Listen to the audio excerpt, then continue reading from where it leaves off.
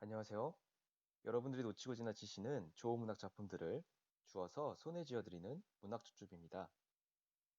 오늘 여러분의 손에 쥐어드릴 작품은 알렉산드르 푸슈킨의 대위의 딸입니다. 삶이 그대를 속일지라도라는 유명한 19절로 잘 알려진 알렉산드르 푸슈킨은 1799년 러시아의 모스크바에서 태어납니다. 그는 러시아의 명문 귀족 가문에서 태어난 귀족인데요. 친지들 중에 시인이 많아 그들의 영향을 받으며 자랐다고 합니다. 10살 때 이미 프랑스어로 시를 쓸 정도의 신동이었죠. 푸슈킨은 귀족 신분임에도 불구하고 젊은 시절에 진보적인 사상으로 무장하게 됩니다. 이러한 그의 정치적 사상이 시로 표현되어 유배 생활도 하고 검열 대상이 되는 등 작가로서는 결코 녹록지 않은 삶을 살았죠. 푸슈킨은 자신의 작품에 당시 농노제 아래에 러시아의 실상을 반영하는 것을 지향했다고 합니다. 안타깝게도 39이라는 젊은 나이로 세상을 마감했지만 푸슈킨은 러시아 문학에 지대한 영향을 끼쳤습니다. 대위에 따른 1836년에 쓰여진 푸슈킨 말년의 대표작입니다. 1773년 푸가초프의 난이라는 역사적 사실을 배경으로 하고 있는데 푸슈킨은 이 사건에 대해 깊은 관심을 가졌다고 합니다. 그는 푸가초프의 난이 일어난 현장을 직접 방문해서 자료를 수집하고 극비 문서를 열람하기까지 하면서 푸가초프 반란사를 쓰기도 했었는데요. 푸가초프의 난을 바라보는 그의 시선은 일반적인 지배층의 시선과는 다른 것이었습니다. 이 작품에는 귀족, 군인, 농민 등 다양한 사람들이 등장하고 그들의 삶을 사실적으로 그려내고 있는데요. 그 때문인지 대위에 따른 19세기 러시아 사실주의 문학의 선구적인 작품이라고 평가받고 있습니다. 그럼 이 작품 대위의 딸을 함께 손에 쥐고 읽어보시겠습니다.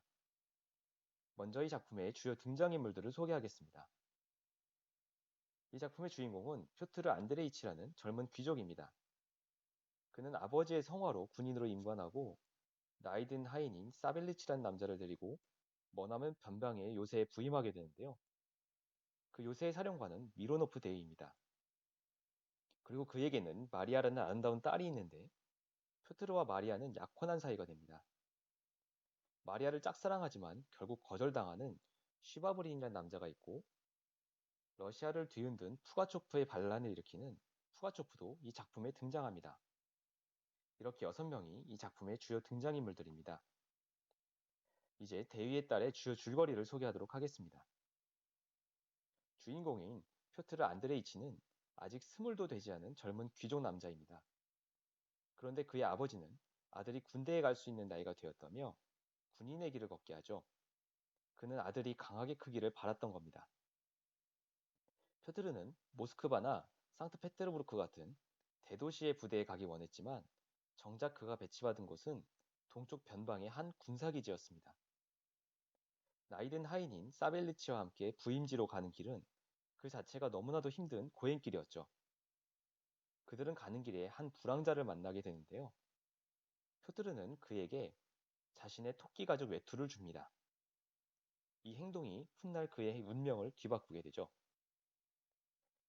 오렌부르그라는 도시 근처에 벨로고르스크 요새에 도착한 그는 군사기지의 사령관인 미로노프 대위와 그 가족들을 만나게 됩니다.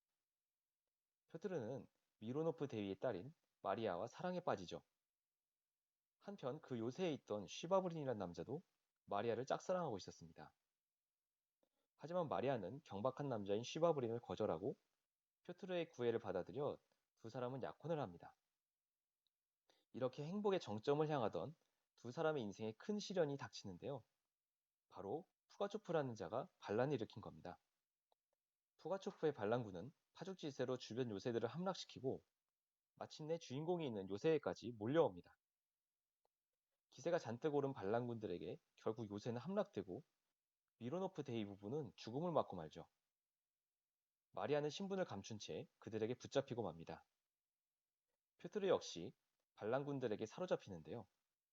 알고 보니 놀랍게도 푸가초프는 이 요새에 부임할 당시 표트르가 토끼 가죽 외투를 주었던 불황자였죠. 호방한 성격의 푸가초프는 표트르의 은혜를 잊지 않고 하인인 사벨리치와 함께 풀어줍니다.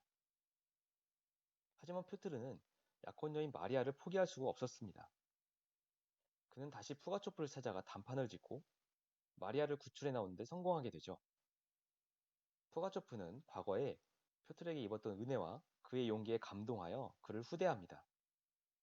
우여곡절 끝에 푸가초프의 반란은 결국 진압되는데 표트르가 푸가초프와 친밀한 모습을 보였던 것이 화근이 되어 무고히 감옥에 갇히고 맙니다. 알고 보니 푸가초프와 내통하다 붙잡힌 쉬바브린이 표트르를 물고 늘어진 것이었죠. 마리아는 약혼자인 표트르를 구하기 위해서 페테르부르크의 황제에게 탄원을 하러 갑니다. 그곳 공원에서 그녀는 한 부인을 만나게 되는데 자신에게 관심을 보이는 그 부인에게 마리아는 자신의 속사정을 모두 털어놓죠. 그 후 그녀는 왕궁에 들어가서 황제를 만나게 되는데 알고 보니 황제는 자신이 공원에서 만났던 그 부인이었습니다. 바로 에카테리나 여자였는데요. 황제는 표트르에 대한 사면령을 내리고 두 사람은 행복하게 고향으로 돌아가는 것으로 이 작품은 마무리됩니다. 그럼 이 작품의 감상평을 공유하도록 하겠습니다. 먼저 이 작품에서 반복적으로 등장하는 우연에 대해서 생각해 보겠습니다. 표트르와 마리아는 이 작품 속에서 각기 자신의 인생을 바꿔놓을 만한 우연을 만나게 되죠. 표트르는 우연히 불황자인 푸가초프를 만나 은혜를 베풀고 그것이 나중에 스스로와 약혼녀의 목숨을 구하게 됩니다. 마리아 역시 우연히 공원에서 황제를 만나게 되고 그때 자신의 속사정을 이야기한 것이 계기가 되어 남편의 목숨을 구하게 되었죠.